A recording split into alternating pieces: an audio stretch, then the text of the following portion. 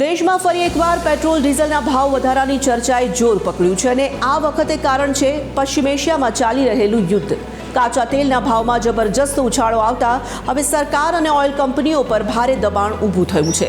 થોડા અઠવાડિયા પહેલા જે ક્રૂડ ઓઇલ $70 પ્રતિ બેરલ આસપાસ હતું તે હવે $120 પાર પહોંચ્યું હોવાનું કહેવાઈ રહ્યું છે। પણ આશ્ચર્યની વાત એ છે કે ભારતમાં અત્યાર સુધી પેટ્રોલ ડીઝલના ભાવ મોટા ભાગે સ્થિર રાખવામાં આવ્યા છે।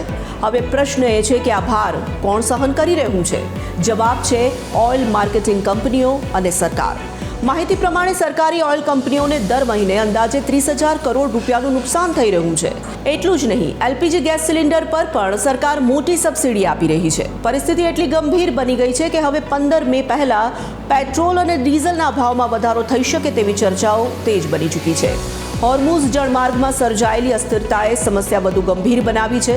દુનિયાના લગભગ 20% તેલ સપ્લાયનો રસ્તો આ જ માર્ગમાંથી પસાર થાય છે। હવે જહાજોને લાંબા રસ્તાથી ફરવું પડી રહ્યું છે, જેના કારણે સમય પણ વધી રહ્યો છે અને ટ્રાન્સપોર્ટ ખર્ચ પણ। દુનિયાના ઘણા દેશોએ તો પહેલેથી જ પેટ્રોલના ભાવમાં 20થી 50% સુધીનો વધારો કરી દીધો છે।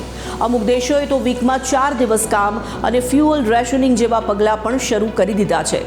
હવે સરકાર સામે બે જ રસ્તા છે, એક પેટ્રોલ ડીઝલના ભાવ વધારવા અથવા બીજું સતત વધતું નુકસાન સહન કરવું।